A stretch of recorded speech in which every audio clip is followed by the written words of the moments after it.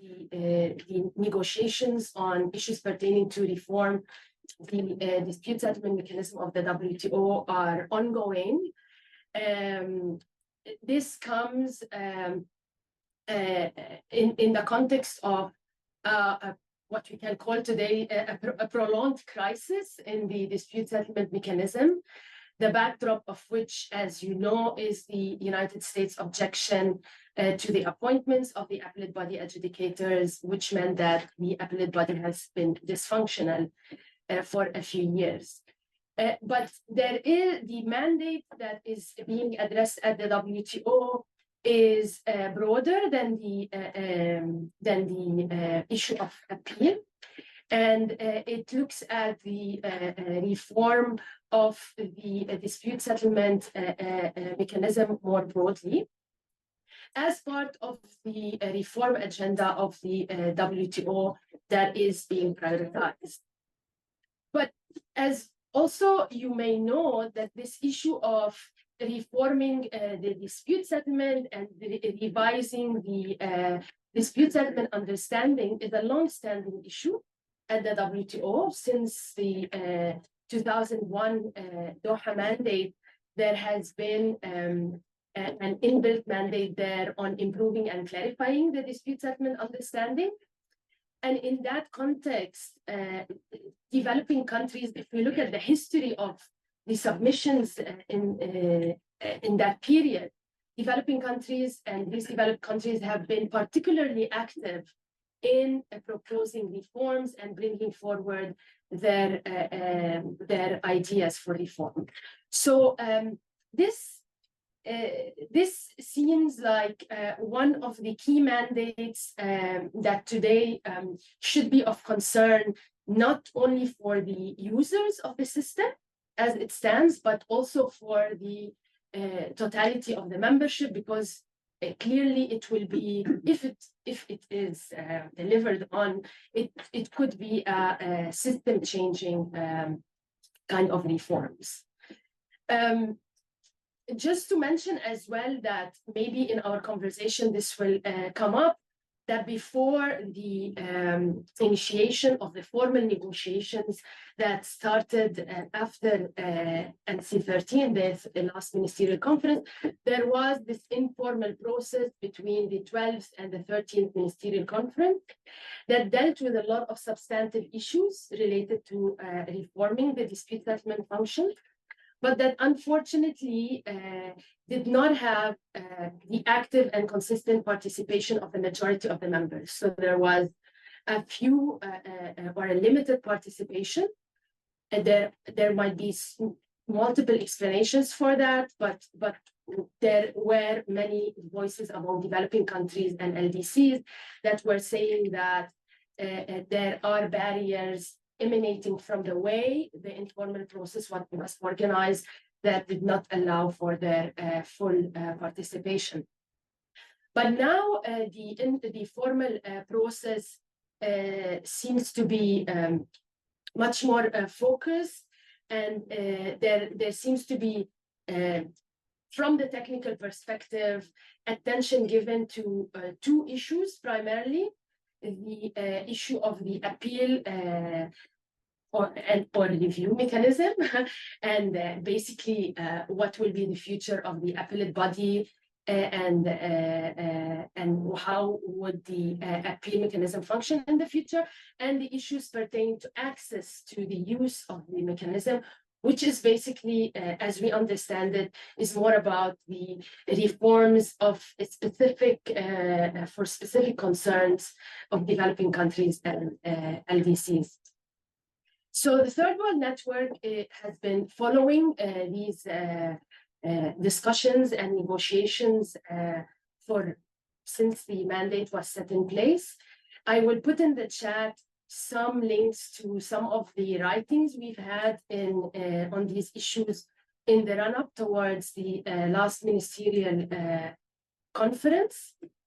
And I invite as well other participants to also share their, if they have writings on this, to feel free to put that in the chat also for the benefit of everyone.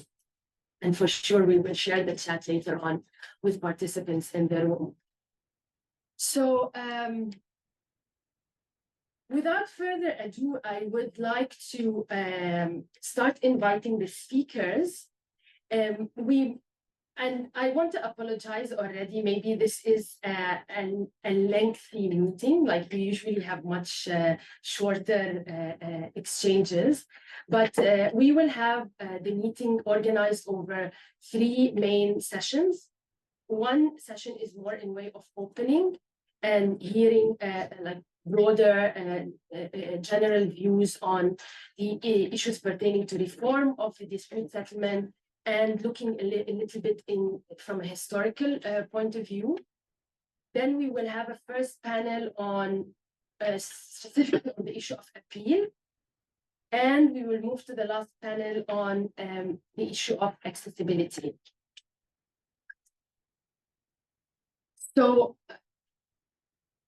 on the issue in the opening session, we have the great pleasure of being joined by Professor James Gathii to share with us his views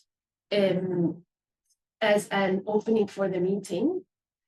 Professor Gathii is Professor of Law at the Loyola University Chicago School of Law, and he sits on the boards of editors of multiple journals, including the American Journal of International Law, the Journal of African Law, and the Journal of International Trade Law and Policy.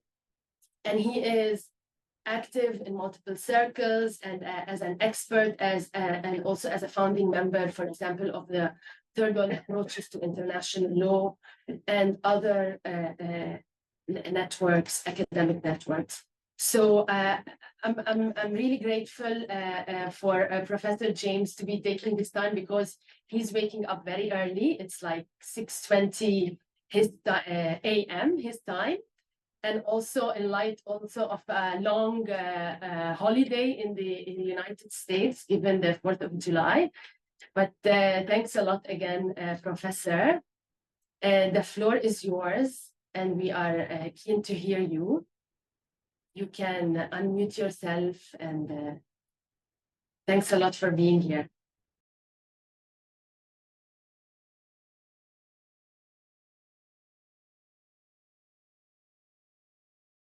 Thank you so much for having me here. It's a real honor and privilege.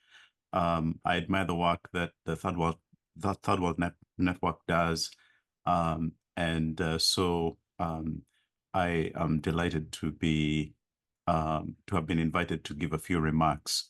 I see many familiar names who are in the virtual room, and I know that there are those of you there in Geneva who work representing developing countries there, and thank you for all the excellent work you do defending the interests of these countries.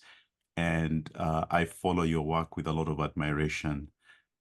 So I won't be too long. I want to make 2 big points. The first is, I guess, a shared concern in the room about why these reforms of the dispute settlement system are important now, and some suggestions about how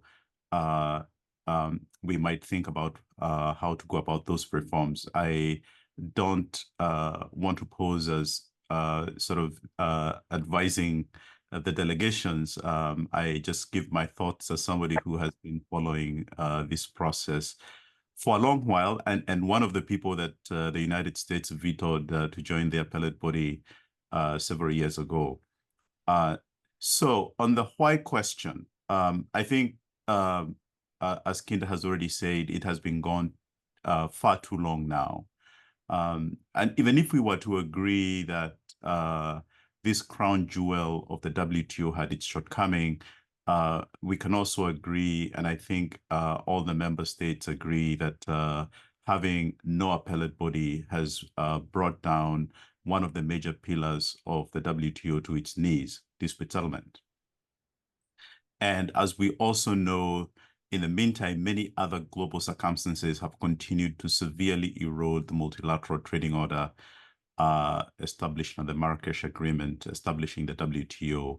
And just to name a few of these circumstances, just to remind ourselves, the many trade wars that we have seen between major trading powers that have obviously been characterized by major deviations from the binding system of dispute settlement and many of the rules and the various disciplines. The widespread adoption of industrial and protectionist policies that are also increasingly becoming very popular even among progressive economists, as we have recently seen with the Berlin Declaration of prominent center-left economists.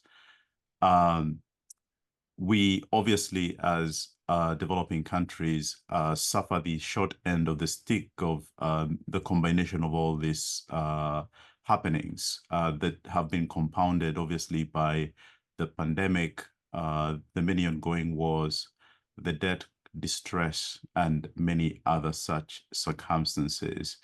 So having no appellate body has meant that some of these important questions, including, for example, about the very nebulous security exception under Article 21 of GATT, has received no clarity within the multilateral trading order. And we haven't even mentioned all the issues relating to climate policies and some of the measures that some of the trading parties under the WTO framework have taken.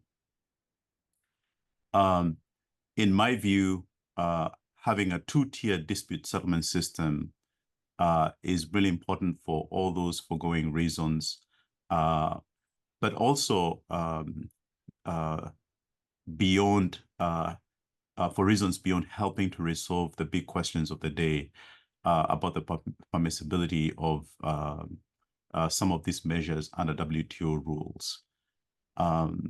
That is to say that the dispute settlement system that was created when the WTO was created comes with the benefits of greater legitimacy and quality control, or what Professor Robert House has called systemic legitimacy, not only in individual disputes, but also for the entire multilateral trading order.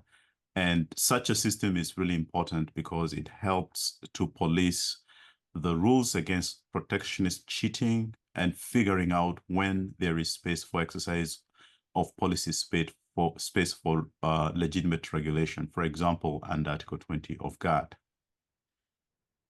I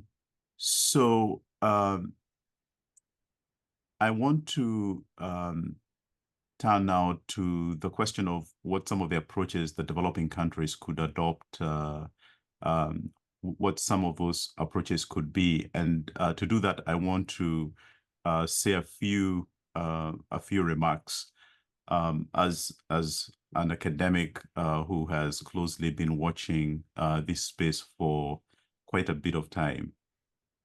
What is clear to me is that looking at what has happened over the last few years, as Brazil, India, and China developed and built their legal capacity in the WTO and contributed to shaping the legal order of the WTO, which really was important for laying the groundwork for how developing countries can benefit from the binding system of dispute settlement. We have seen the pushback from in particular, the United States.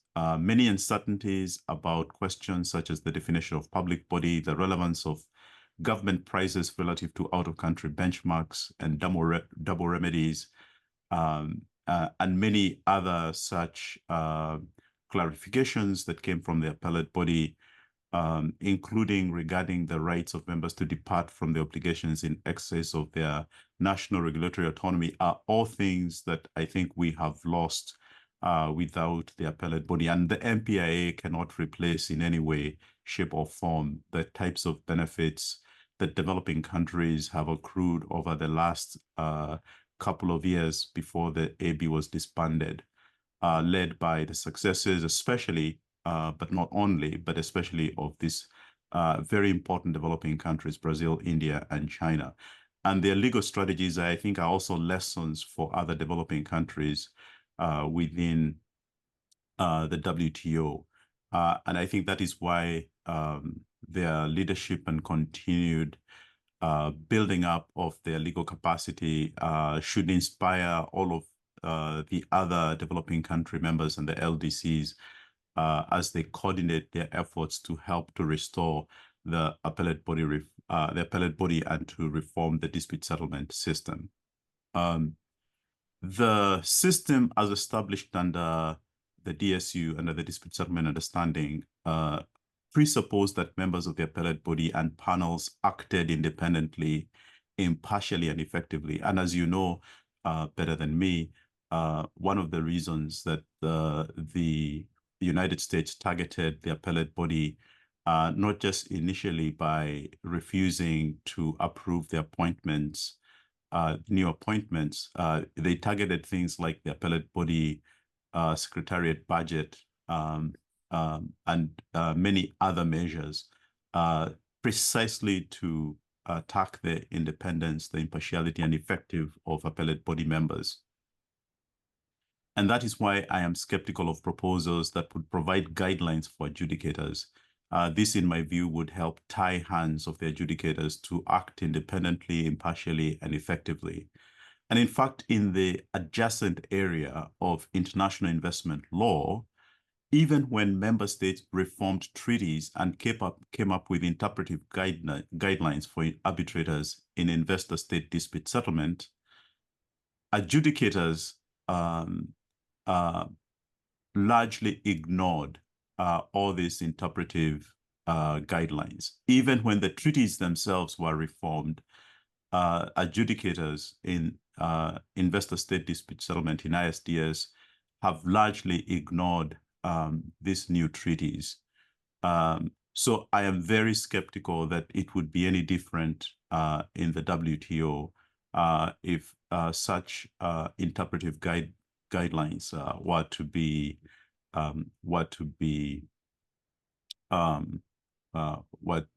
part of the reform package.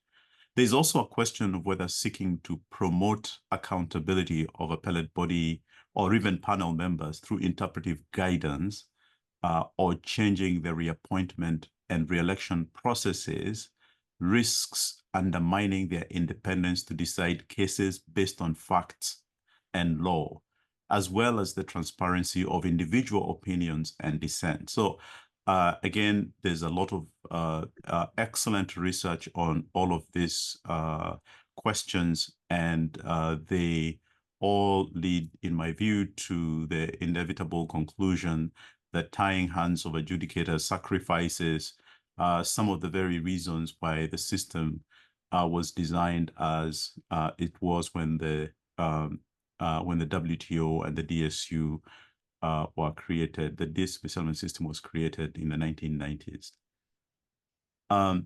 In addition, I want to really emphasize, and this is a really important point for the delegations, I'm sure they very well understand this, creating such guidance or even advisory working groups that would provide guidance on legal interpretations is inconsistent with the Marrakesh Agreement establishing the WTO, because that agreement gives the General Counsel the power to adopt authoritative interpretations of WTO agreements.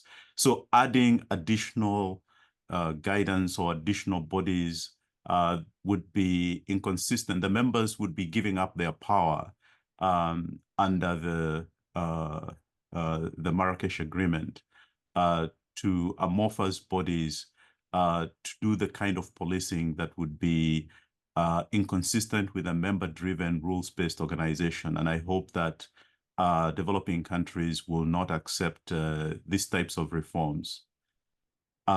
In my view, developing countries need an effective two-tier system of dispute settlement because as the economies expand and become competitive, continue to become competitive in the global economy, they'll need to marshal their legal capacity to advance and to defend their interests.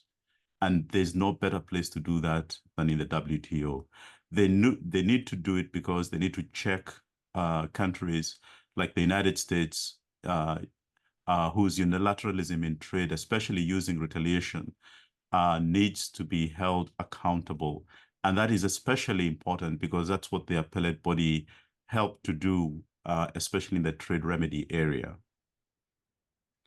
Another reason why an effective dispute settlement system is necessary is that it is one of the key mechanisms for developing countries to bargain, to litigate, and build alliances to advance their collective interests. So in all the successes we have seen that developing countries have had through the appellate body, whether it's through cases, not just Brazil, India, China, but also countries from Latin America, those cases help to advance the collective interests of developing countries, very much the same way developed countries used the dispute settlement system to advance their collective goals. And that is why you saw many of them being third parties in almost all of the disputes, because they regarded every dispute as raising a systemic issue and not just as a one-time dispute between two countries. And I want to emphasize here, in my view, that the availability of a two-step dispute settlement system is critical for developing countries, even those that do not frequently use it, including, obviously, many African countries. This is because as the bigger developing countries have built their capacity and used the system, the benefits trickle down or could potentially continue to trickle down to these countries. And there are many examples, and maybe perhaps even better examples. We would have better examples had the appellate body continue to exist. Upland cotton, especially for cotton producing, the cotton countries in Africa, is just one example. So a few remarks now about some specific ideas. And here about the reform process. I think I want to begin by emphasizing the importance of following the formal process of reforming the dispute settlement system. The ministerial decision adopted on 2nd of March 2024 in Abu Dhabi provides a mandate for member states to conduct discussions with a view to having a fully and well-functioning dispute settlement system accessible to all members by 2024. MC13 also adopted a ministerial decision on ensuring special and differential treatment remains an integral part of WTO agreements, and that it should be precise, effective, and operational, not just in the TBT and SPS agreements, but also in, quote, other relevant venues of the WTO. And that is in paragraph 4 of that ministerial decision on special and differential treatment.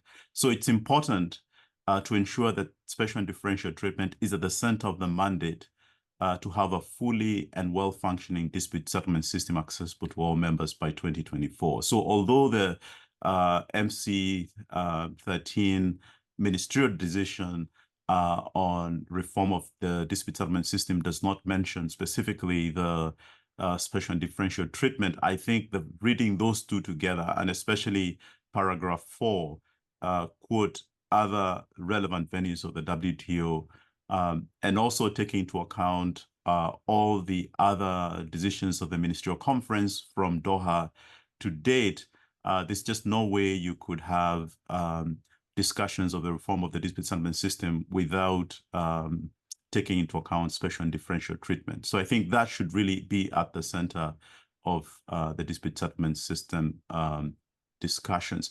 The mandates now for these discussions have moved away from informal processes and discussions and all the things we used to call green rooms in the past.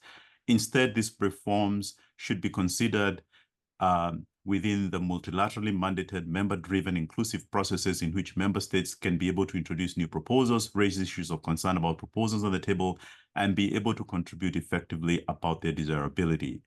So I think the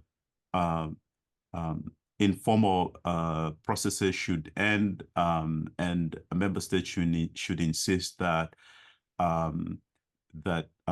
the formal processes in which there is complete transparency are the processes through which the reform should be considered. And obviously, as it's clear from what I have said so far, in my view, advocating for a return of the appellate body with automaticity, or what some have called compulsory jurisdiction, should be a key goal. Moving away from a compulsory system would weaken how enforcement of WTO rules was designed to be.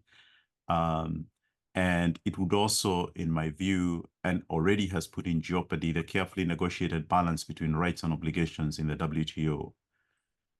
Now, having said that, I think that we could all agree there are some aspects of the operation of the appellate body that are timely and hopefully could be considered and maybe would be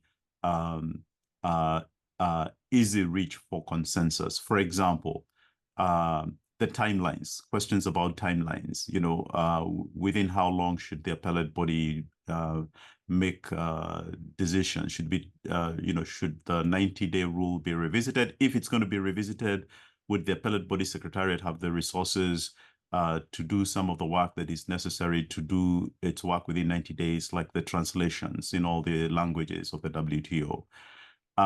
Clarifying whether the appellate body has jurisdiction to complete legal analysis. Clarifying whether the appellate body needs to make unnecessary findings to positively resolve disputes, and perhaps even learn from some of the very, very early cases of the appellate body that were in the range of 100 pages or less, or perhaps learn from some of the experiences from the MPIA so far. And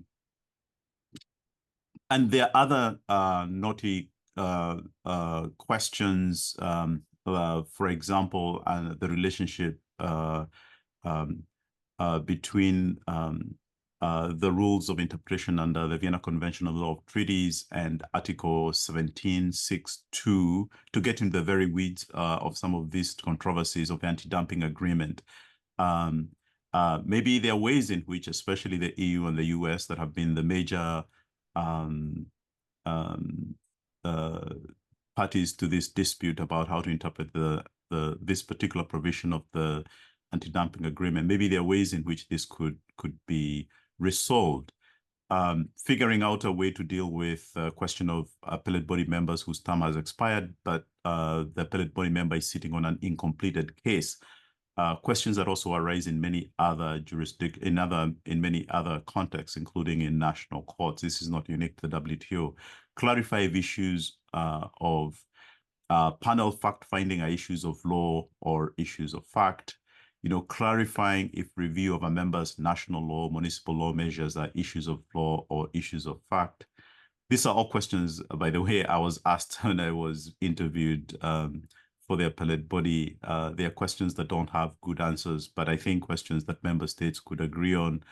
Clarify if AB interpretations have presidential value or not. Agree on whether to change term of AB members. Agree on whether to change number of AB members. Figuring out the need to review the scope of Article 17 of the DSU with regard to jurisdiction of the appellate body to review. So there are questions on which, obviously, the experience of the appellate body raised questions that this new process provides a forum for consensus to be built. And in my view, developing countries have already developed some very good ideas about some of these questions.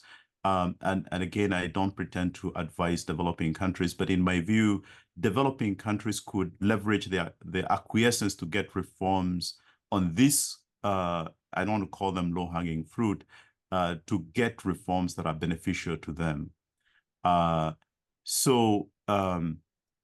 What are some of the reforms that are more beneficial to developing countries beyond the ones that I've already outlined? And I haven't outlined all of them. I just wanted to outline just some for purposes of illustrating my argument. I think for developing countries, there are a set of historical concerns that have been on the table. Some of these have been characterized as structural defects that need to be addressed in the reform process. And they include, in no particular order, housing, whether there should, within the WTO, be a fund to support litigation by developing countries. This is beyond obviously the ACWL, which is not a WTO body. It's not a member-driven rules-based organization by the WTO. And whether such a fund could provide legal opinions on important questions that developing countries may need guidance on. The other one, obviously, is building the capacity of developing country states within the entire pipeline of developing a case from the beginning to gathering evidence, preparing the legal and other materials necessary to file it from the beginning to the end. There are many cases that could have been brought, if such capacity was available and it was housed within the WTO rather than having only the option of the ACWL that is based outside of the WTO. And I think there are questions about whether this might promote better confidence of the use of the system by member states, because if it was housed within the WTO, it creates a perception that this is part of the system rather than something outside of the system. Maintaining rules on special and differential treatment and ensuring there's equitable access to the system for developing countries. And when I say developing countries, I also mean to include LDCs, and the availability of technical capacity, perhaps even beyond the customized programs that the WTO provides on dispute settlement. And again, just looking at the entire spectrum of bringing a case. And maybe this is where the experience of countries that have built a capacity within the WTO, like Brazil, like India, like China, might be very useful, using and leveraging that capacity within the WTO framework rather than sort of having an ACW. I have nothing against the ACW, don't get me wrong. But I'm saying this is an opportunity perhaps for thinking about reforms within the system, rather than sort of having something beyond the system that might not effectively do what developing countries might want.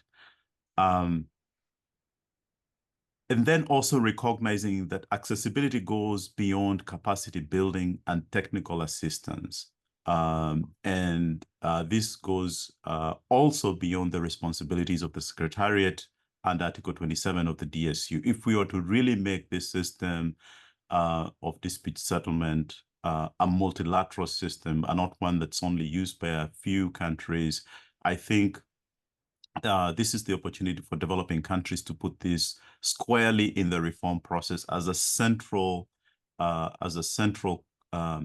demand, let me use that word, and not to give up easily on it, simply because perhaps, let's say, the appellate body might be revived. I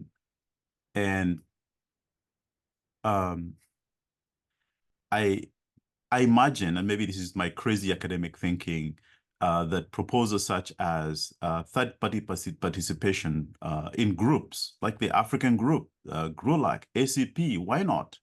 Why can't developing countries bring their combined expertise together, like the EU does? The US is a federal system. All these developed countries, the practice as third parties on building systemic issues has been one that has promoted their interests and advanced their interests within that system. And why couldn't developing countries do that? And perhaps that doesn't even need a reform, but just a thought, because member states could do that.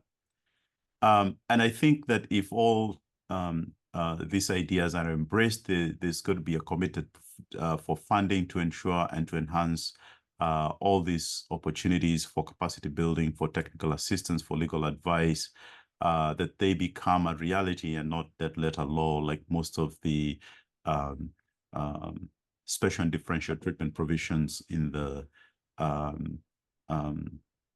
WTO. Enforcement of recommendations of the panels and the appellate body and the continued discussions, I'm sure that will continue in the next several hours among all the delegations and experts. on things like collective retaliation. Sort of thinking about those things, I think, is important. And I just want to emphasize in ending that I think achieving these types of reforms requires developing countries to act together, not to be divided, and to prevent proposals that are inimical to the interests of developing countries be the ones that drive this process. Every sentence, every proposal must have your input and your imprint. And this requires developing country delegations and their capitals to be involved in the evolution of the negotiation, the drafting, and the approval of every process, every comma, every word, rejecting informal processes like green room meetings, and making sure that the issues of most priority developing countries, like the reinstatement of the Appellate Body, special and differential treatment issues, including third-party rights, retaliation and litigation costs, are at the very, very center of this system. And scrutinizing all these proposals, and especially rejecting the ones that would undermine the security and predictability of the dispute settlement system, such as those that would displace binding dispute settlement. For example, some that have proposed increased reliance on ADR and arbitration as a substitute to binding dispute settlement. The DSU already contemplates ADR at the front end of the potential dispute being filed, or where parties to an ongoing dispute so decide. Therefore, making ADR and arbitration substitutes for binding dispute settlement, especially if rights are extended to non-parties to a dispute, raises its own sets of concerns. Further, it does not necessarily address issues at the core of developing country concerns, such as accessibility and cost issues. And in any event, any new procedures for mediation and conciliation must take into account special and differential treatment, especially in terms of timeframes and all of the other issues that I have raised. Sorry for going on too long. Many thanks for your attention, and thanks for inviting me to your meeting. It's a pleasure to be here. All protocols duly observed. Delighted to have representatives and negotiators from the different developing countries in attendance today.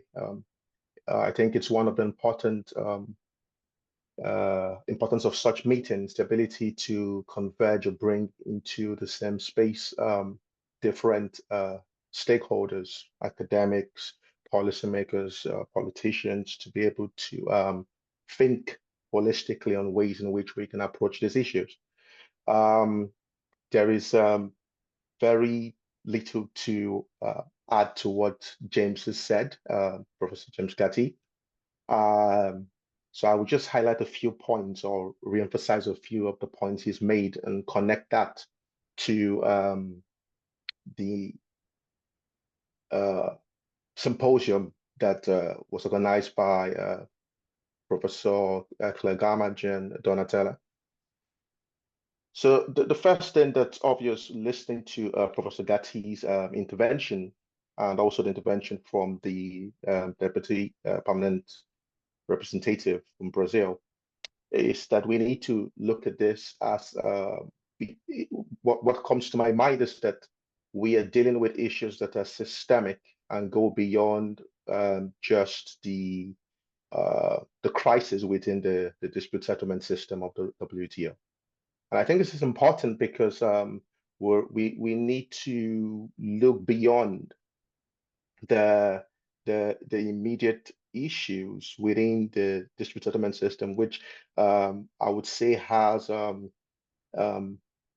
there's a need for what we could refer to as reforms that focus on the legal issues, but we also need to also think about the fact that there is a wider, more systemic issue, which has to do with, and which connects very importantly to the theme of today's gathering, which is the issue of equity and access.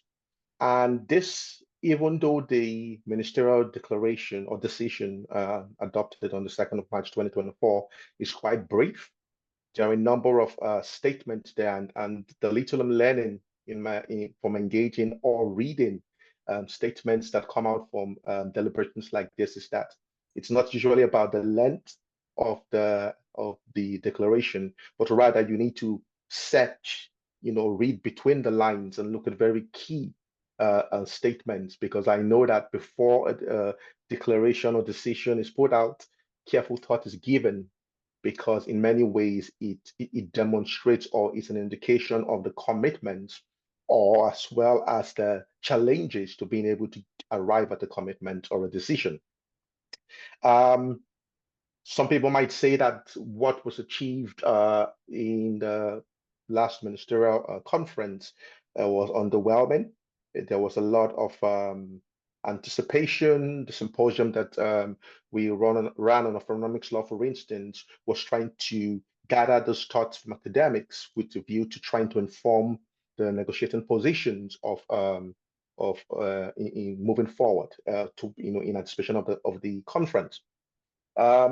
Some may argue that we've only kicked the can down the road, and the chances that things would indeed be resolved by the end of 2024 might be unrealistic. But I'm based in the United Kingdom, where we just finished in elections, and I think one of a statement or a quote from Winston Churchill is quite important here. It says, "Never let a crisis go to waste." So there is a crisis, but it is also an opportunity. It's an opportunity to address the underlying systemic issues that are affecting the legitimacy of the WTO beyond the dispute settlement system itself. And I think this is a very rare opportunity, and an opportunity to be able to make an intervention that will change or shape or frame the rules-based system in the coming years. And what the statement that's kind of jumped out to me looking at the ministerial decision is point 3, where it says that we instruct officials to accelerate discussions in an inclusive and transparent manner. And this brings to the fore what Professor Gathii mentioned about the fact that we need to resist attempts for informal discussions or forums where issues around this reform process are discussed, the infamous green rooms. And in many ways, this speaks to what I believe are the systemic issues around the legitimacy crisis of the WTO. And therefore, I believe that we need to be looking at what is going on in terms of the reforms or the wider reforms of the WTO, in the sense that it's not just the dispute settlement system, but the negotiating and the deliberative functions need to come under the microscope, even while we are addressing the issues relating to the dispute settlement process. And this is important because, as Professor Gathii mentioned, these green rooms have been spaces where a lot of major decisions have been taken, which have had significant impacts on the participation as well as the access the developing countries have to the system. And so therefore, a few things, so as not to take up a lot of time, that we need to therefore be looking at, in addition to the wonderful things that Professor Gathii mentioned, is that there is a need for vigilant and robust participation, not just from delegates from developing countries, but in a manner that is done that reflects the collective views of developing countries and LDCs about the issues. Because, like I said, there's a crisis, but the crisis also presents opportunities for us to be able to speak to a number of the issues that affect the legitimacy. And just to be clear, when I say the legitimacy of the WTO, I am not referring to its normative legitimacy. So James Gathii cited Robert Hauser about the systemic legitimacy. So I have a paper where I looked at the issue from the perspective of its social legitimacy. It's the perception. It's about its legitimacy or the perception among the audience that it serves, to be able to serve their interests and to serve that in a way that they feel that it represents them. And I believe that a lot of the issues that we are having to address within the context of the reforms of the dispute settlement system impinge or are it is a major issue. The social legitimacy of the WTO as well as the system needs to be addressed. Speaking about issues around equity, for instance, and I know this is the issues around diversity and equity will be addressed in later deliberations. But I just spent a few moments looking through the composition of the appellate body over the years, for instance, looking at the representation of women in this system over the decades. And in time of this crisis, I hope that some of these very important issues are not kept to the side, but are centered in the discussions or in the reform process. And because if we don't address these issues, if we simply get the appellate body functioning and we address some of the legal issues, we will have missed an opportunity to address the more systemic issues that speak to the legitimacy and emphasizing here the social legitimacy in terms of the perception that the audience that the WTO serves has about its ability to meet their needs. So these are issues that I believe need to be centered. Professor Gathii also mentioned that the MPIA cannot be seen as a solution that will address the issues long term. I agree with that. More importantly, we need to be careful that in the long drawn out process that's currently going on with respect to the reform process, that we do not see a continued fragmentation of the interpretation and approach to the interpretation of the rules. The last thing I would mention, when Professor Gathii talked about building capacity, I totally agree with him. Building capacity needs to be seen beyond giving handouts to developing countries, because as Professor Gathii mentioned, developing countries have made a significant contribution to shaping the jurisprudence and the processes around how we interpret the WTO rules and how we understand the dispute settlement system. Brazil, for instance, I teach international economic law, and one of the case studies we use is Brazil. It's one of its first disputes with the US, which was long drawn out, over subsidies and cotton.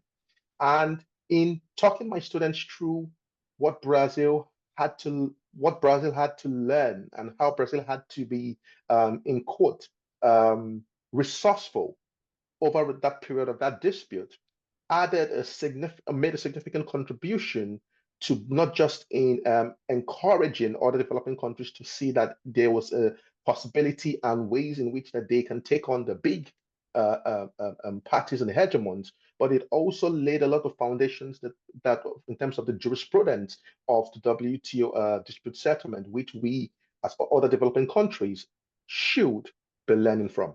So I believe that this is an opportunity in the crisis, and it's an opportunity that needs to look beyond just or not have a narrow focus on just the dispute settlement system, but look at it more as a systemic issue that brings into question or needs to address the issues around the social legitimacy of the WTO as a whole. Thank you very much.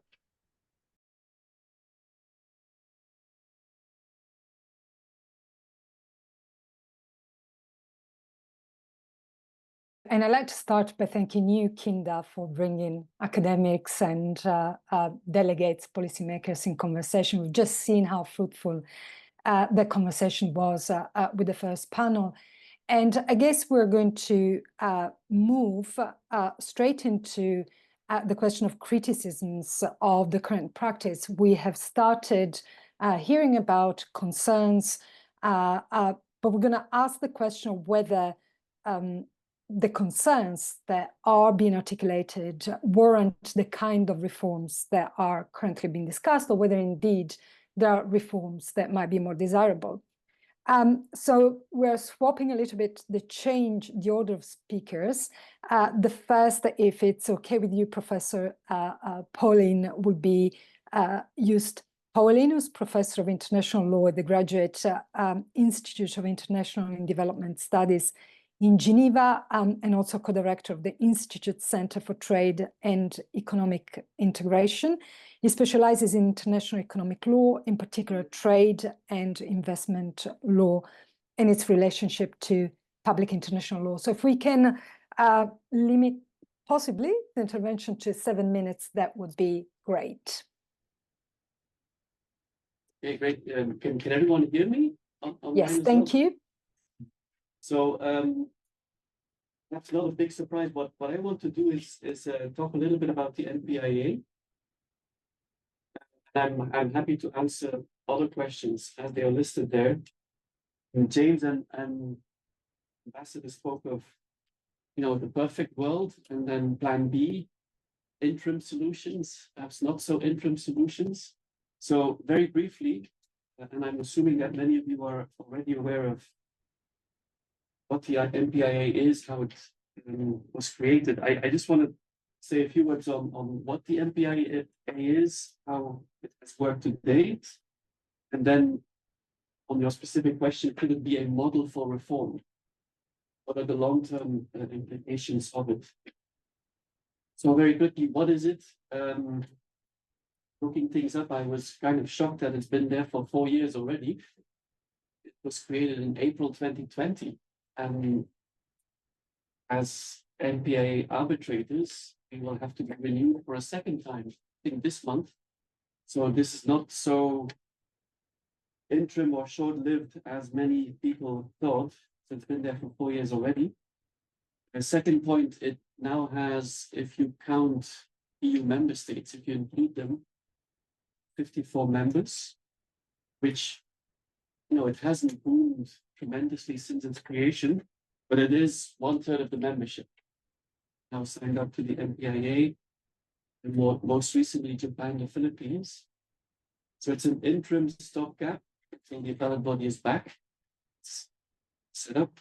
And very importantly, and I think that's where we can check whether it has really achieved its objectives, it has 2 goals. One is to ensure that the system functions again, so that you don't have appeals into the void, that the process doesn't block. And the second goal has been to give a right to appeal those WTO members who want to appeal. Now, on what is it? And I know that you may have different opinions, but the way I see it, the NPIA really is a part of the multilateral WTO system. It happens under Article 25 of the DSU, and it is implemented for each case specifically with a bilateral agreement. So when I sometimes hear people say, it's plurilateral, so we don't support it, it really is not a plurilateral. I think it is fully within the WTO system. It's not contracting out, trading outside of the system. Now, second point, has it worked? Told you 4 years have passed. There's been one single case. So that may lead you to say, no, it hasn't really worked or it hasn't been used. And another way of looking at it is to realize that of all the disputes that were playing out between NPIA participants, in all of those disputes, the panel was either adopted, or there was a settlement, or there was an NPIA appeal process. So from that perspective, the NPIA has achieved its objective of giving a right to appeal to those who want to appeal, but more importantly, offering dispute settlement that functions. It just so happens that in many, many cases, parties decided to settle or not to appeal, which I think is. Now, how does it work? And I'm not sure whether many of you have looked into this, but if you take the example of the Philippines, so they were the ones joined recently, that is the first step. So you issue a declaration saying you'll join the NPIA political agreement. Nothing more is required. Second step is if the Philippines would have a dispute in the future, and it would be with another member that is also an NPIA participant, within 60 days of the panel establishment, you have to conclude that bilateral agreement, which basically says we agree not to appeal into the void. If you're going to appeal, we will follow the NPIA process, which is basically 10 days before the panel would circulate its report, you request a suspension of the panel, which Colombia did in that Colombia-EU case. There is the one case that went to the NPAA, and then both parties can appeal within 20 days. And then once that appeal is triggered, relatively standard appellate body process is applied. So the case was decided by 3 arbitrators out of a pool of 10. And finally, call it a reported award. That is issued. It doesn't need to be adopted by the DSB.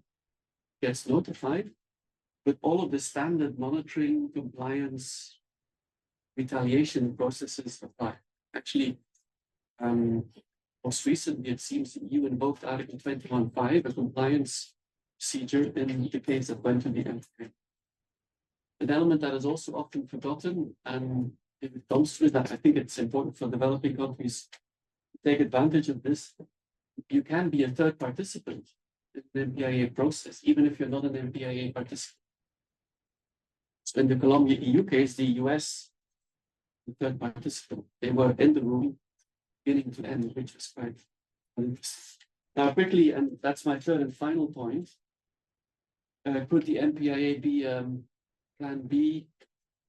What does it mean for long term? Could it be a model for reform? What is intriguing is that in the MPIA document itself, members really explicitly called for some innovations, some things to be done differently, so as to have a more efficient, expedient process. So they really insisted on sticking to the 90 days. They allowed or called upon arbitrators to set word limits, page limits, time limits. And they've also hinted at perhaps limiting Article 11 claims about dual determinations. And all of these elements were picked up in that first MPIA process, whereby in a pre-appeal letter, many of these things were set up. Word limits, trying to limit Article 11 claims.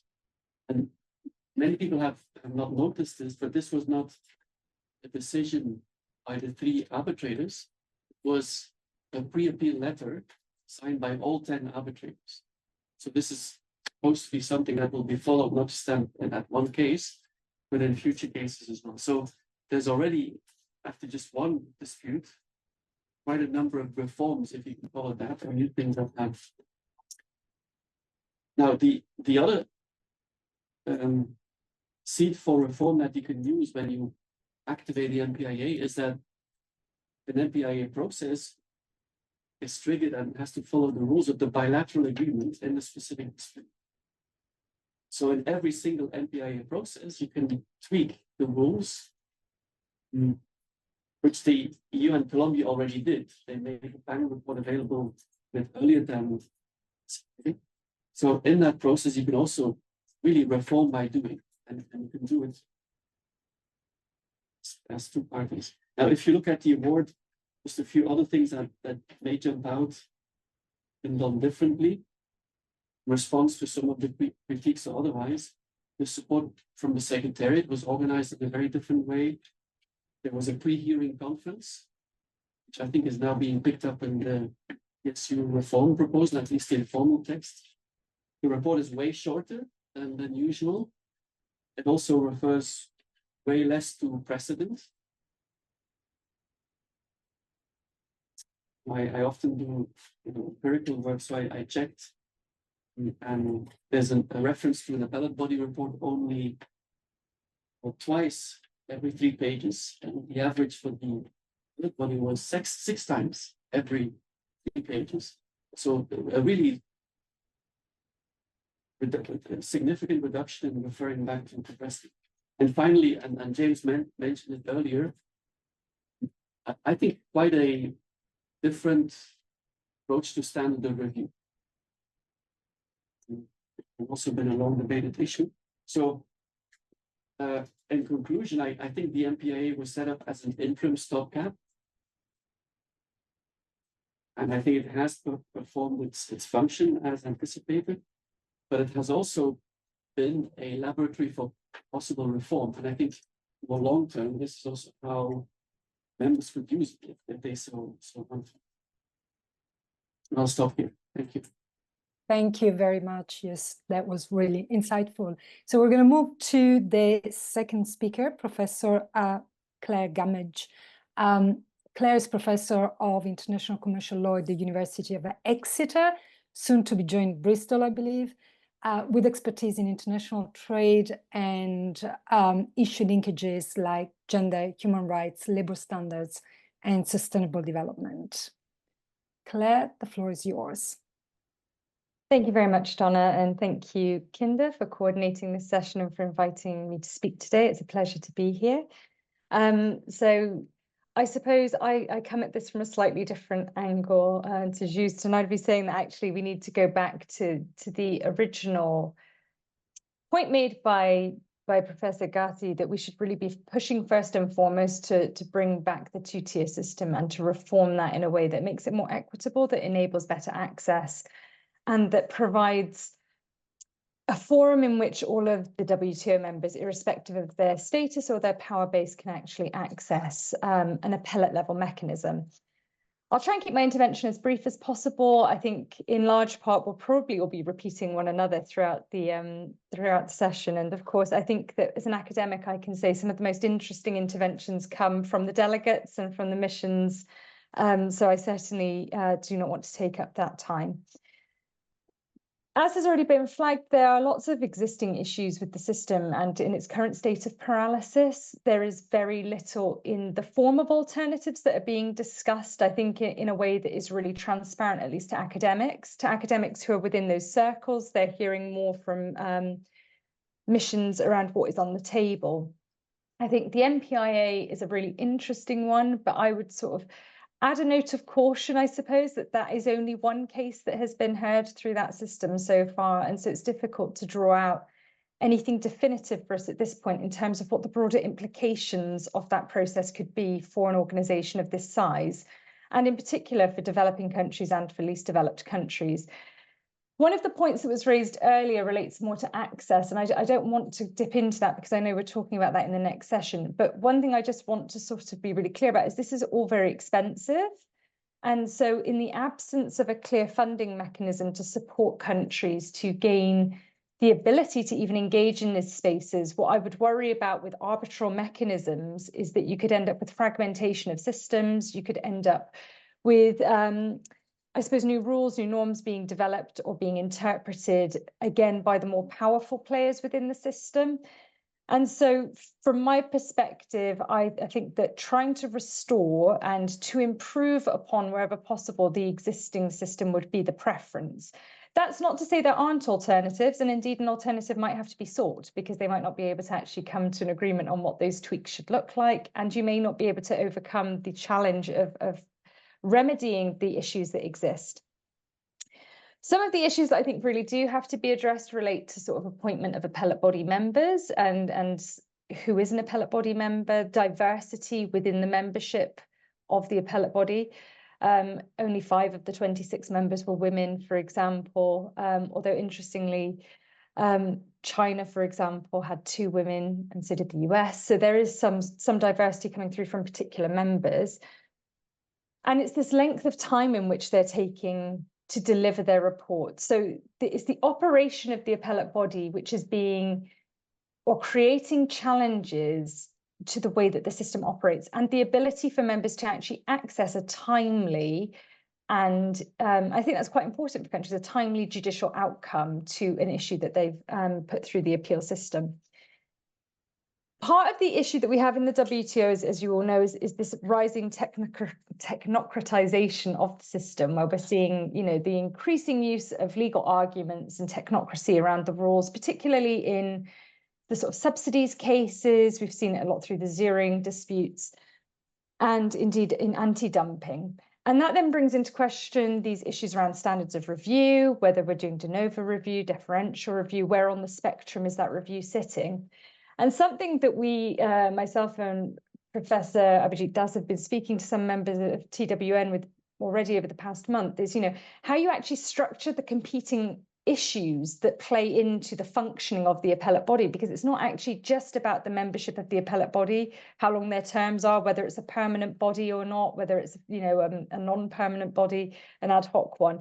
There's also all of these interlinking issues with the way that the appellate body operates. And so, you know, there have been long-standing concerns about judicial activism of that group, overreaching the judicial authority that is bestowed upon them in their capacity as an appellate body member. We also have issues around, that was flagged earlier, around appellate body members being authorised to continue to sit on a decision-making process long after the term has expired for their membership. And so that question of what happens when a term expires if you have someone sitting within one of these divisions that's overseeing a case. And so some of the things that we had previously spoken about as alternatives. So if we go down this track of thinking about, okay, if an appellate body is possible, if we have a two-tier system, do we need to rethink the review stages within that processing? So is there a step perhaps before you go to an appeal where you have, you know, a further review and you can think about what the legal arguments are? Actually, I think most states are doing that already. I think they are implicitly within their legal teams when they are judging whether an appeal is viable, will be assessing whether that review is appropriate. I think there are question marks around the involvement of the Secretariat of the WTO and how much influence or persuasion it has in certain aspects of the dispute settlement process. And so one of the delegates that had been at a previous meeting had sort of mentioned this idea around, do you go towards a sort of two-tier clerk system like in India, for example, where you have a two-tier court system and they're kind of separate, they're independent from one another. And you have this demarcation of support that is given. The legal support that is given is by a different or unbiased system. So I think that there are possibilities for tweaking it. But of course, this has to be done within the existing dispute settlement understanding. Presumably, any changes to that would have to be done by consensus. And so there's lots of sort of political and legal issues that tie into one another here around reforming that system. So what other options are there? Well, we've heard about the MPIA, of course, that is one. And actually, I think that the one case that has gone through is a really interesting case to read. And the outcome does show the novelty and innovation that can come out from a different body looking at perhaps long-standing legal issues. And indeed, I think that there is real scope to learn lessons from that system in rethinking the existing system. Arbitration is a mechanism that is already set out under the DSU. So it's a question, I suppose, of whether states can then pursue other kind of alternative dispute resolution processes instead of a two-tier mechanism. As I said from the outset, my main concern really would be that the integrity of the WTO as a trading system and institution that is supposed to be accessible, that's supposed to provide equitable access to the resolution of legal disputes, becomes diminished in its significance and undermined by the fragmentation of that two-tier system. And if that is dismantled, we lose a really important part of the jurisprudence that we've seen develop. Of course, we don't have a formal system of precedent at the WTO, but there's certainly a de facto one. How do we mark a departure away from that if we lose the appellate body? Well, I suppose we're starting to see that already in the MPIA, but you know, my concern really comes into this point around how do we ensure access for all under any kind of new system? So I suppose my kind of concluding reflections would be, you know, to sort of take stock of what has motivated the members to get to this point and think about what incentives there are to maybe draw them back to the table. I worry that there is perhaps an overriding sense of, oh, well, we're probably not going to be able to restore the system, so let's just think about other things. And instead, I would say it's important to map out how to reform the existing system, as well as mapping out what possible alternatives could be, so that then delegates and missions have a full suite of options in front of them to really think about what the best thing for preserving the future of the WTO is. It's a really important institution, and it's really important that we find a way through it. It clearly doesn't work at the moment, and that's also really important to think about. So, you know, I would be encouraging developing countries to work together, to collaborate, to come together on what they think is the best option for them and their capitals, and to identify ways to coordinate that action together. in order to sort of try and move things forward. So I don't think I'm saying anything new or anything particularly innovative, but nevertheless, I look forward to hearing the other interventions. Thank you. Thank you, Claire, and for emphasizing the importance of accessibility and equity while also keeping in mind the limitations of the current system and possible reforms within it. So I think you've given certainly a different angle. But let's move before questions. So please do post questions and comments in the chat. We move to our third speakers, Mr. Atul Kaushik, who has worked in the government of India for 35 years, dealing with export promotion, bilateral trade policy with North America, multilateral trade policy, and much more. He currently steers the Global Development Center of Research and Information Systems for Developing Countries, and is an advisor at the Bureau of Research and Industry and Economic Fundamentals.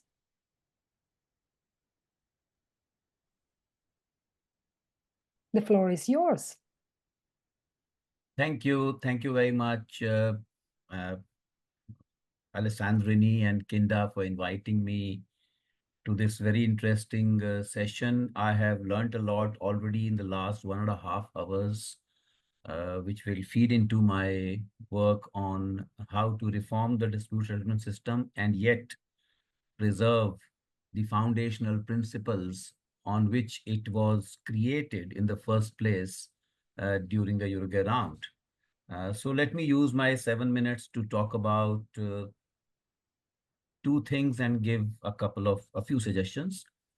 One about history, because if history is not learned, then it repeats itself. So why are we in this negotiation or in this discussion? And what happens if we don't succeed is something from which for which we have lessons from history.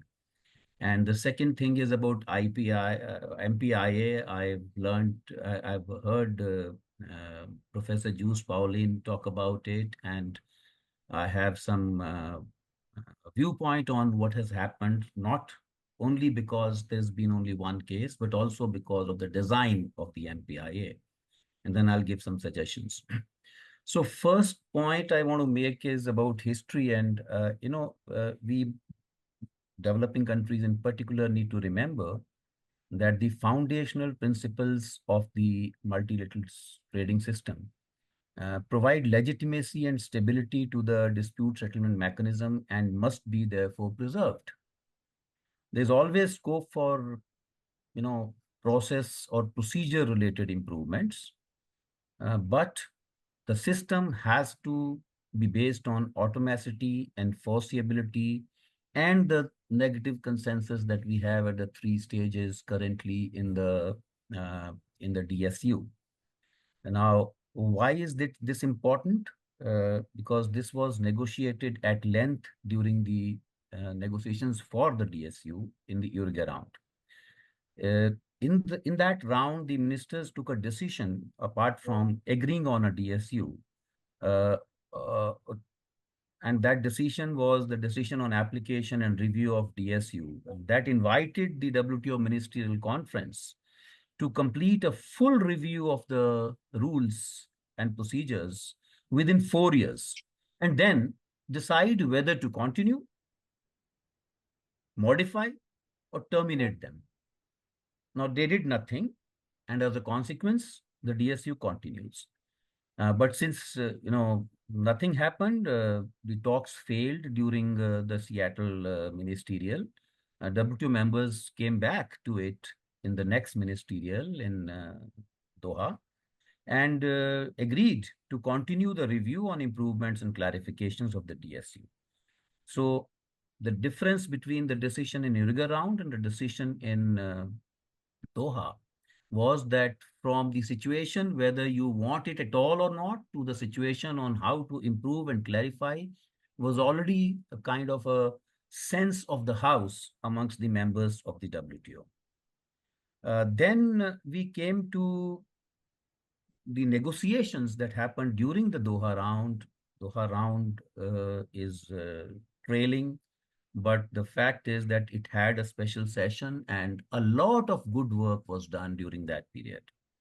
And since November 2016, actually, there was thematic work on 12 different themes.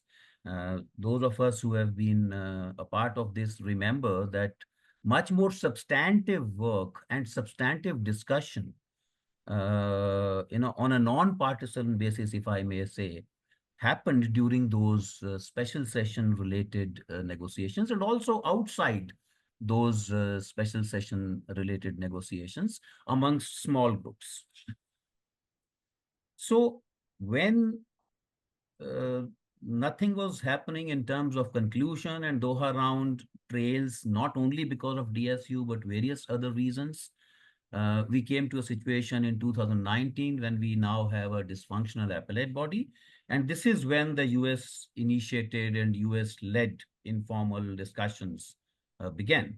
And therefore, what we are having today, which has been given a mandate by 2 ministerial conferences in consecutive succession, has to be seen in the light of the history of where it started. The second point I want to make is about, the gap created because of this dysfunctional appellate body. This has resulted in members opting for some unilateral measures. The EU, Brazil, UK, Japan, and there may be others. These are 4 where I noticed that they have systems of taking unilateral action if the appeal is into the void. If tomorrow European Union's CBAM comes, maybe they would be more muscular in implementing it because they know that, they can take unilateral action. The second point I wanted to make was about the MPIA. MPIA is not a solution. It's an interim measure, as Professor Joost Pauwelyn said. But by its very design, it is an interim measure, and arbitrators have been selected without first there being an agreement on what this agreement is about. It's actually not an agreement, it's an arrangement as per the language of MPIA. Secondly, some of the rules that have been introduced in MPIA are different from the way current DSU rules are, in spite of the fact that the MPIA and its protagonists say that it is closely following Article 17 and Article 25 of the DSU. For example, it allows the narrowing down of the claims and issues that need to be explored in a dispute. Article 11 of DSU has been redefined to limit the violations to serious allegations of egregious errors. And this is something that has been debated, and there is a large amount of jurisprudence within the WTO on what are the functions of the panels and the appellate body as per Article 11. Time issue is also there. You will do it within 90 days, and they did it within 90 days in the one case that they resolved. But what happens if they don't do it? There is nothing. It's silent on that. Some parties agree in advance to not appeal, like Vietnam did, like Indonesia did. The ad hocism that is permitted by the MPIA, again, is a design defect. For example, Saudi Arabia refused to sign the bilateral agreement until they got an agreement in the GCC. We have, a very strange situation where we have non-members of MPIA getting MPIA or resorting to MPIA like Turkey, and members of MPIA like Saudi Arabia to go out. So it's it's nothing concrete. It's not the security and predictability that the members asked for when they settled for the dispute settlement understanding. Let me just go straight, since I've I have already exceeded my time. Let me go straight to some suggestions that I have on what the delegates can do. These are not an exhaustive list of suggestions, but these are suggestions that I haven't seen much in public spaces, and therefore I'm making. One is, of course, this is in public spaces, that it can be clarified through an authoritative interpretation under the Marrakesh Agreement, that the appellate body has no business to admonish the panels on their rulings. And that is one of the objections to the current behavior, if I may use the term, of the appellate body. Conversely, the panels may also be obliged to differentiate the facts of the case from an earlier AB ruling if they want to give a ruling which is different from what the appellate body had earlier said. Second, we should explore whether we can introduce a remand stage, because if the appellate body does not have full facts to complete the analysis, then it is in a quandary. And if they can remand it, then you will have more robust, jurisprudentially robust, legally robust decisions from the appellate body panels as well as the appellate body. The third is making any rules on the right to appeal may actually increase the timeline. But even then, developing countries and LDCs may agree to an admission stage in appeal, where the appellate body itself may take a call whether it has jurisdiction to accept an appeal that has been filed or not. The appellate body's jurisdiction comes from Article 17.6. So if the issues that have been framed for appeal do not fall in the parameters that are defined or the scope that is defined for appeal, then the appellate body can say right away that this is not fit for appeal. This is something that is happening in several national jurisdictions, India included, and of course, ICJ also permits that. And the last one is arbitration procedures, which are included in the current consolidated text that is appended to the last statement that we got from the dispute settlement body before the MC13. That is actually defeating the purpose for which the procedures in that Title I are being proposed. The purpose is to enable rapid resolution of disputes by agreement between parties. So basically member control. But what is going to happen is WTO has had a similar negotiating experience while trying to provide too much of this micro level procedures. Look at what happened in the, Professor James mentioned about the TRIPS related work. So way back in 2003, 2004, 2005, a waiver was negotiated to Article 31F of the TRIPS agreement.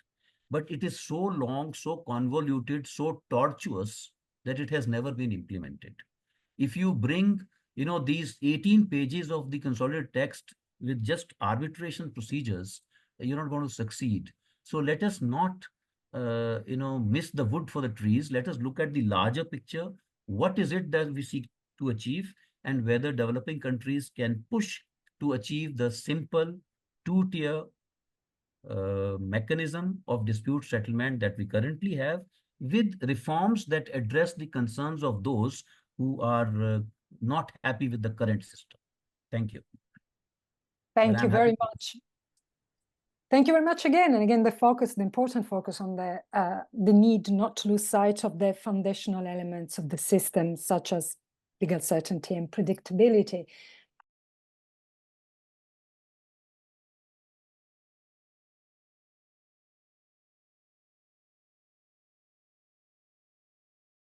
It's a real pleasure to convene this last session as well on equitable access to the dispute settlement system. And our first speaker is Professor Abhijit Das, who's a trade policy expert and former head of the Center for WTO Studies. And he's got more than 2 decades of experience in international trade in various capacities, including 5 years in the government of India. He's participated directed in many multilateral and bilateral trade negotiations, including the Doha round. So we look forward to hearing from you. Professor Das, the floor is yours. Thank you, Donatella. I'm also extremely grateful to Third World Network and Kinder for organizing this very important meeting. I have personally learned a lot. And I'll try to be brief. I will not be creative. I'll not be innovative. I'll try to focus attention on some of the important proposals that have been made right from 2002 onwards regarding accessibility, SNDT, etc. Now, it's well recognized that resource constraints do remain a major handicap in the ability of developing countries, including LDCs, to effectively protect their interests in dispute settlement mechanism. Nothing illustrates this more than the fact that so far, just one LDC, that's Bangladesh, has been involved in a dispute either as the complaining country or the responding country. So clearly, the high litigation costs do pose a formidable challenge, a big barrier, an important constraint to developing countries from accessing the system. So what are some of the suggestions that have been made? Just to recall, two of the suggestions include the following. Can we establish a mechanism to fund the cost of litigation through legal experts, which the developing country may choose for itself?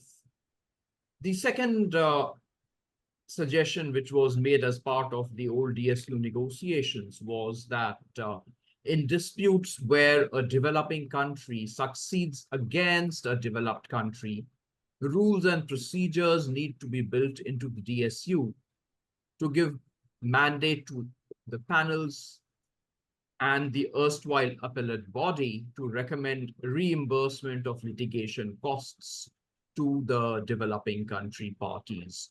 Now, these two suggestions might go some way in helping reduce the burden of litigation costs on developing countries.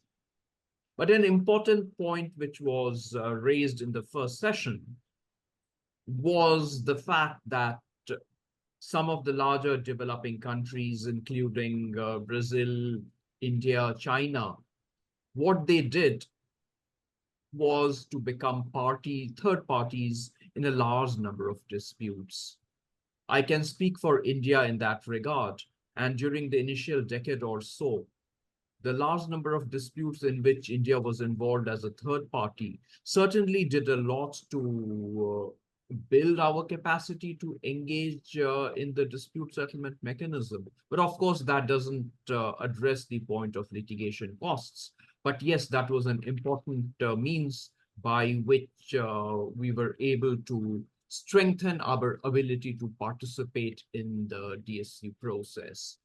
Turning to special and differential treatment provisions, all of us know that SNDT provisions in favor of developing countries contained in the DSU are largely in a best endeavor language. This, of course, poses a huge challenge in their enforcement through the DSU. So in order to be meaningful, effective, these provisions need to be implemented in a concrete operational manner so that the developed countries or the other countries can be held accountable by the membership, particularly the dispute settlement body, by the panel, and if possible, if the appellate body gets revived, then by the appellate body as well. Now, some of the concrete ways in which this could be done could be for the DSP. That's what I don't see many. Sorry to interrupt. Yes. Mr. Bello, if you, okay. There's silence. Right. So what I was saying was the DSP could liberally extend the consultation period where a developing country member is the responding party, so as to give it an opportunity to resolve the matter on mutually satisfactory terms. Then after a panel has been established, the developing country complained against, if it asks for, it should be granted additional time to prepare submissions beyond the timelines given in the working procedure for the panels in the DSU. This additional timelines should be mandated to be not less than 1 month, Of course, this would extend the cost, extend the overall timelines, and this might appear antithetical to what is being discussed in the informal process, whereby members are deliberating upon possibilities of reducing the timelines. But for the sake of shorter timelines, maybe we should not be in a situation where lack of capacity in developing countries results in them not being able to fully defend themselves in the disputes. Another possibility could be that when a developing country member needs prompt compliance to defend their market access rights, and the losing country is the developed country, then the developed country should really, there should be some sort of an upper ceiling for the reasonable period of time. On the other hand, when the developing country is the responding country which is required to bring into place implementation measures, then there could be a possibility of stipulating at least a minimum RPT for implementation. Of course, what needs to be pointed out over here is that in most of the disputes which involved developing countries as the responding country, their record of complying within the RPT is certainly more glowing than the record of both the United States as well as the European Union in complying within the RPT, when these two developed country members were the defaulting responding countries who were required to bring their measures into conformity with the WTO agreements. Now, finally, a small and important issue on ensuring compliance. We have seen in many disputes, and in fact, even India has been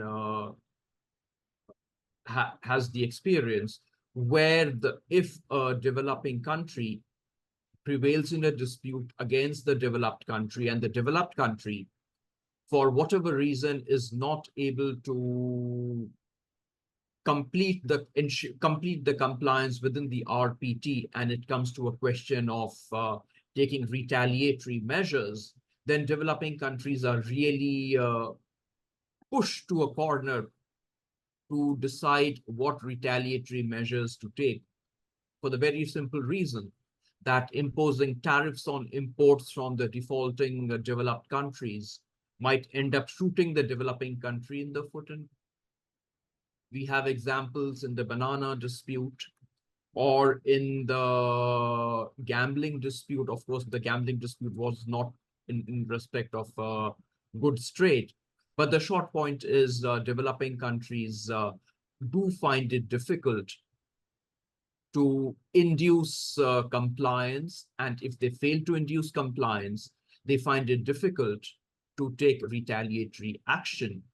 So one of the proposals made during the DSU reform process was that can we amend Article 22.3, whereby instead of having to go through the hierarchy of which sector, which agreement to retaliate in, if the prevailing country is a developing country and if the developed country is unable to implement, comply within the RPT, then the developing country would automatically secure a right to retaliate in any sector and in any agreement of its choice.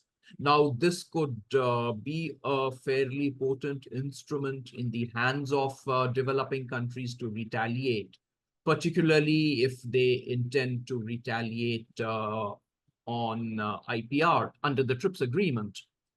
The only cautionary note which I wanted to exercise over here is that legislations in many developing countries, including India, do not provide for such a possibility, whereby on account of a WTO dispute, private IPR rights could be suspended. So if developing countries want to pursue this proposal, and if this proposal comes to a fruition, then the temptation would be to retaliate under the TRIPS agreement.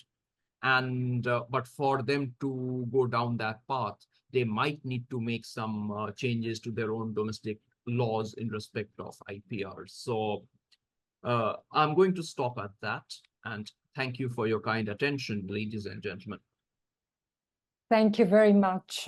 And we're gonna move now to our second speaker, Dr. Priscilla Vitoh, who's lecturer at the University of Leicester, and her research revolves around promoting the economic development and advancement of minority groups in emerging economies, looking at different fields from bank financing, gender studies, international development, international economic law, and global political economy.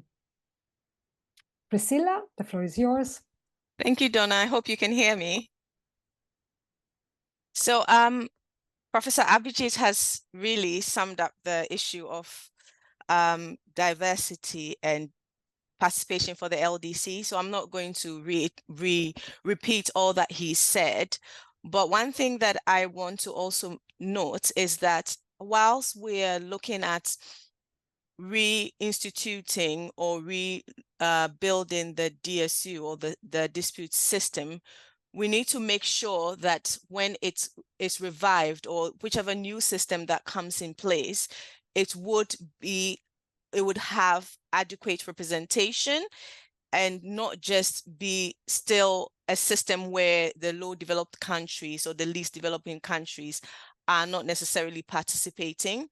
Because if we look at the current system before it has reached this impasse, we can say that there wasn't that much participation from the least developed countries. And also, if we look at it in the terms of gender balance, even though Article 8.2 of the DSU provides for diversity and gender representation, we could say that within the dispute settlement boards, that was not the case.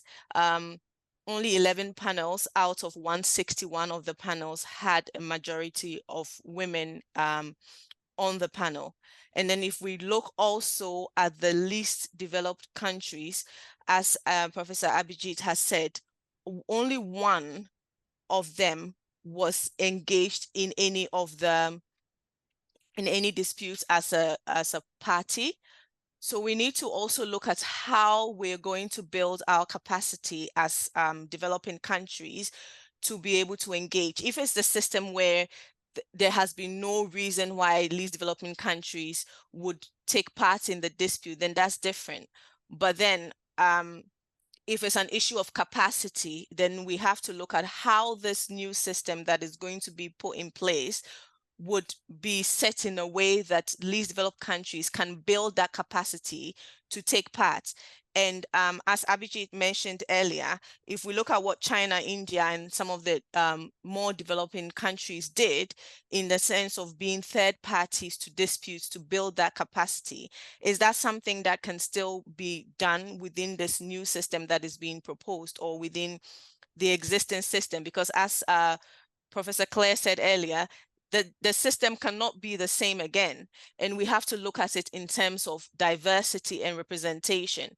Because if all the people that are on the panels that are making the decisions are coming from developed countries, or are not coming from countries where they can understand the situation and the context, the political economy of the least developing countries, then the system will always be skewed. Regardless of whatever is set in place, the system will always be skewed.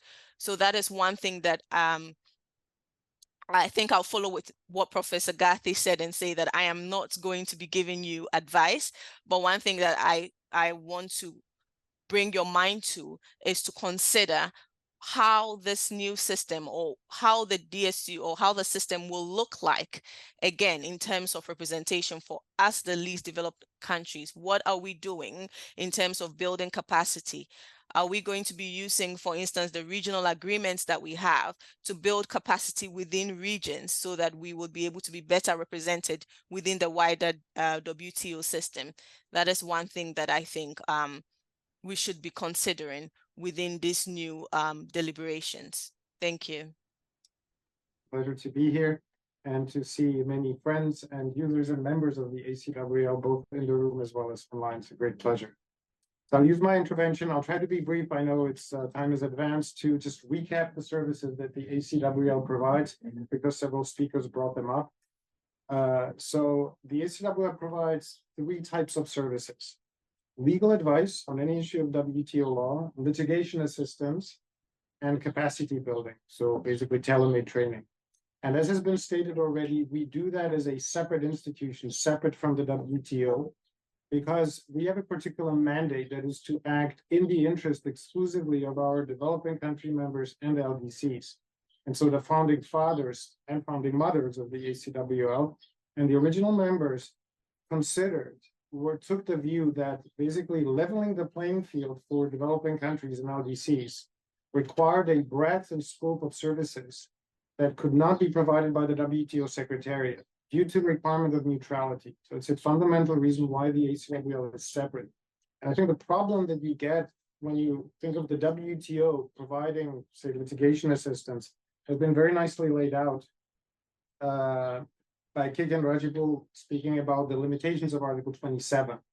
So the Secretariat has, due to its neutrality, limits and what they can actually provide to developing members and LDCs. So that's why the ACWL is separate, institutionally separate. Now, the services that I mentioned, so legal advice, litigation assistance, and capacity building training are provided to all developing WTO members if they decide to join the center, which carries a one-off accession fee, depending on the categorization. So we have 3 categories. Developing non-LDC developing members are categorized under 3 categories based on their GDP per capita and share of world trade. We have 39 developing, non-LDC developing members. Now, LDCs are automatically eligible for our services. They don't have to become our member. They don't have to pay any accession fee and have therefore free access to our services. And of course, there are 43 LDCs, of which 7 are in accession. So in total, we have 82 of the members or LDC. So that's exactly, or pretty much exactly half of the WTO membership. Now, the 3 services, so legal advice, litigation assistance, and training. Legal advice and training are entirely for free.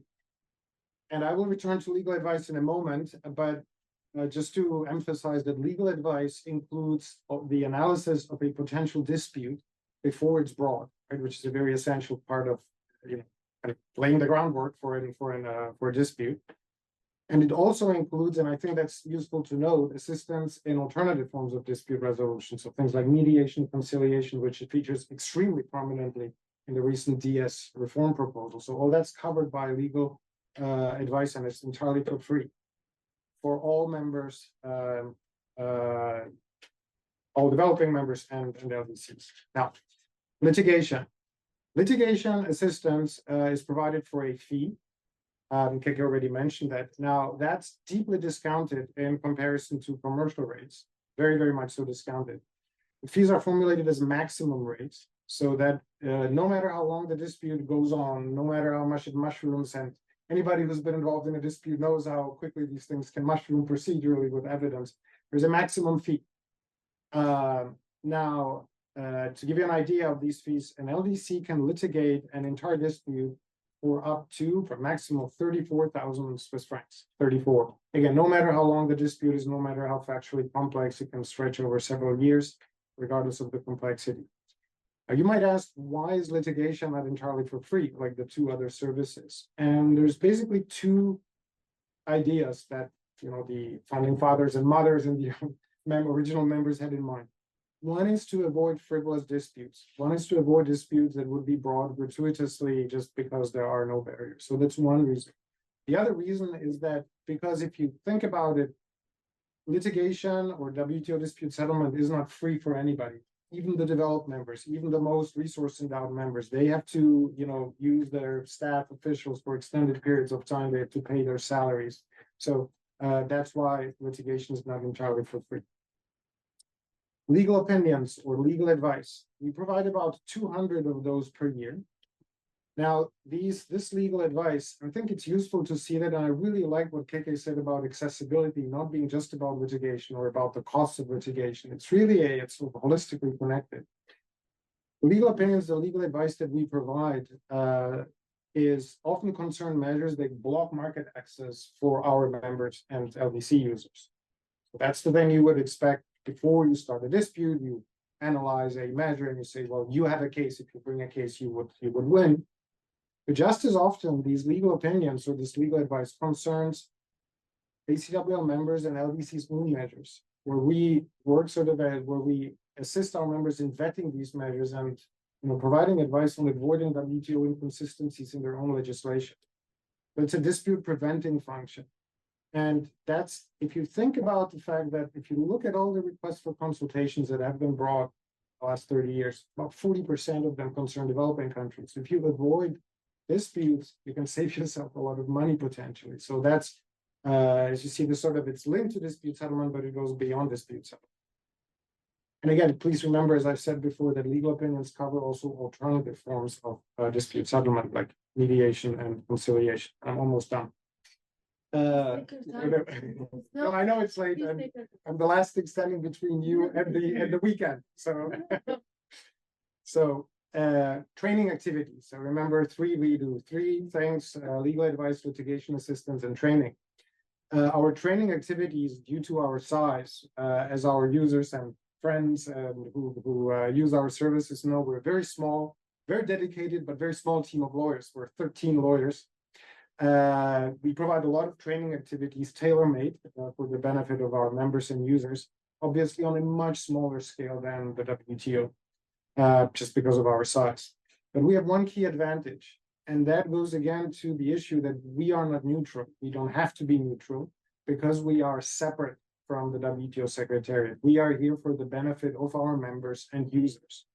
And so what that means in practice, for instance, that we can link our training activities with legal advice.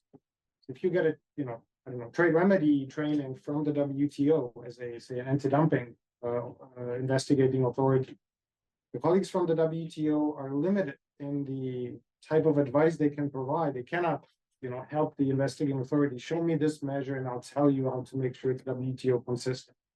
We don't face these constraints, again, because of that institutional separation, because of our mandate.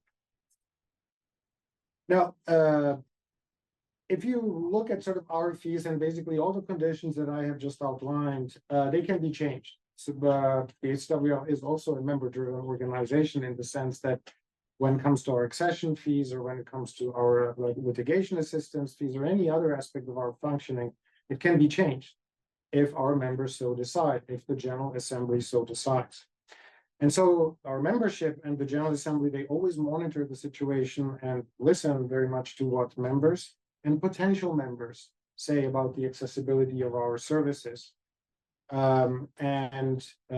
Actually, recently, the General Assembly adopted a package of adjustments to our fee structure, for instance, in response to some concerns that have been expressed. So just to give you an example, small and vulnerable economies, which includes a lot of island states, not only, but some of them, for instance, Caribbean states, which are not currently our members, have historically not been members of the Advisory Center, have been reclassified for purposes of accession and dispute settlement, such that they go from the second category of developing countries into the third one, which means they have lower accession fees and lower dispute settlement fees.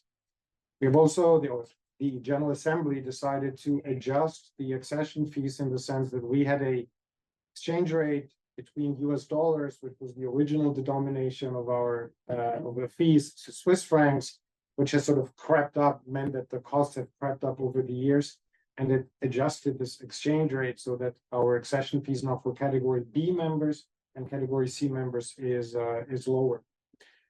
And as the last example, the General Assembly also has before it a proposal to follow what the WTO did, the decision to provide for a 3-year transition period for graduated LDCs. So all this to illustrate how the membership, the General Assembly, is à l'écoute, listening to the concerns raised by members against the backdrop also of the current accessibility negotiations. So I hope that has been useful as a sort of lay of the land, and I'll be very happy to answer any questions. And by the way, thank you so much. It's been an incredibly useful event. I've taken detailed notes. It was very informative to listen to all the colleagues and friends in the room online. Thank you to all the speakers. I'll take any of or all of the comments back to my colleagues to the ACWL.